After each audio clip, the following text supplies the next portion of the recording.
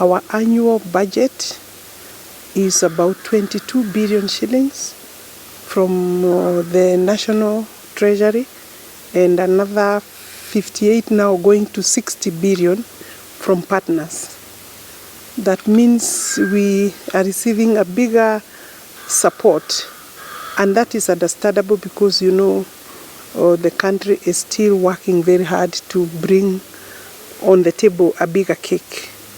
But the annual budget, for us to be able to deliver properly, actually, we need a minimum of about 120 billion per year.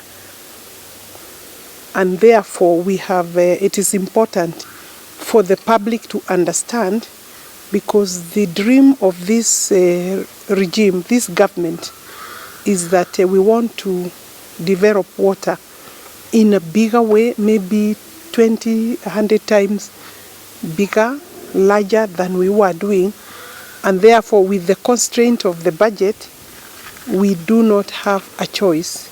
We have to invite public investors, private partners, to partner with the government, with the public, to deliver on the water, access to water, sanitation, and food security. I've also said we shall allow private investors to actually produce. And those private investors don't have a face. It is you and I. It is any Kenyan who is feeling like they have ability to mobilize resources, including from outside, so that, for example, we grow food. But also you can't grow food without water. So this particular department, State Department, is critical. And of course, thereafter, we want to manage that water properly and better than we were doing. Of the dams that are stored, some had funding, we will revive them. For example, Itare Dam, Darugo, Kareminu, all these dams are a bit slow. Where we are, Mwache Dam, Thwake Dam, it is possible that we can be able to fasten, to speed up the implementation, so that within the next maybe 12 months, we are able to launch them as completed projects. We will, of course, be looking forward to launching several other dams within the first 1/2 of next year. We will maybe within the course of the year, we shall maybe take 2-3 counties as models for both irrigation, hydropower, and water to access to 100%, because our target is to access every Kenyan to water at 100%, so that no one is going without water.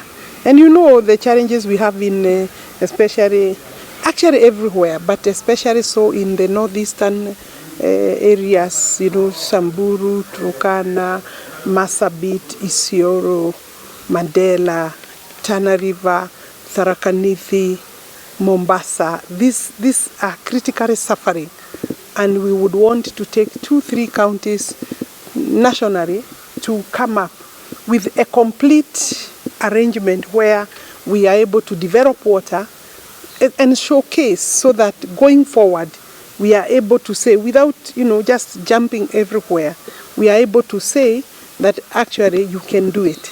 We're reviving them. We are new. We are calling for the contractual documents. That one I can say that we are evaluating to look and see what was the problem. Specifically, Itare Dam's case is that the contractor went down.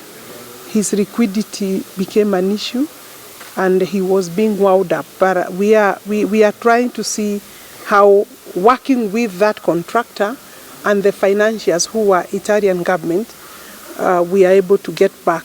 And I'm sure you saw some visit there by Susan, the governor for this county, wanting to see how it can be revived.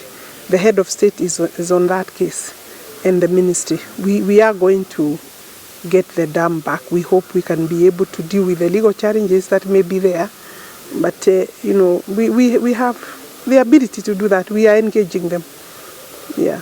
We need that dam for Nakuru, specifically for Nakuru. We need the dam.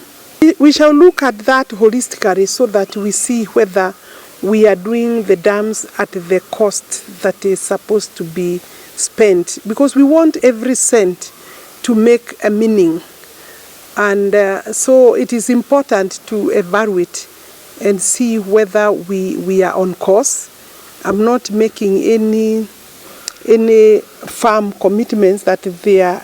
I'm just thinking that considering if we reduce the time, previously the dams were being done separately, together with the away from the downstream. We are coming with a new way of dealing with that, so that where possible we do the dam together with the water treatment works going together, and the piping, downstream. If you take up those projects at the same time, it is possible that one, in terms of time, you will cut costs, and then secondly, that we will still want to critically look at the cost, the entire cost, and see whether we are spending every shilling where it is supposed to be spent. The Kimwarel is under the East African Ministry, Region Development Ministry. It's not with us, and I believe they also have a program for it. So I'm not able to answer that. It's not within the Ministry of Water. Yeah. I think it did not receive the attention that it deserved before, but now we will provide water together with sanitation.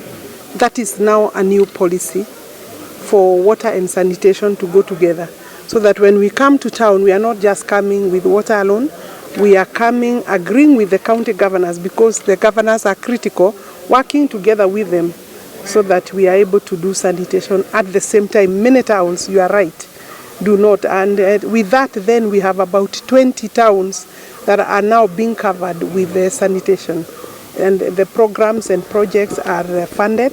In fact, there is a lot and good interest in funding sanitation even from our partners. So I believe this particular period of 5 years, we will do much better. We need to also try as much as possible to use technology on issues to do with water, so that management of water, we manage using the latest technology, so that there is accountability, transparency, and issue management of water. Serious engagement with the county government, as much as they are the way they are, these are the people we need to work with so that we can deliver on water, because water is devolved. So at some stage, there is need to handshake with the county government and facilitate one another in terms of programs, in terms of capacity building, so that we can all deliver on this matter of water.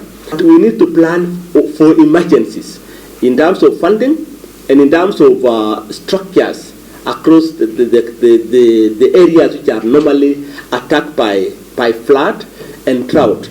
We'll make sure that in all our programs, let us factor in the last mile, so that people get water at home, so that we remove water from the dams to home. So we'll see how we'll work with the national county government, so that at least there is water at home as opposed to water in the dams, and also there is water for irrigation if we can factor in the last mile. I think with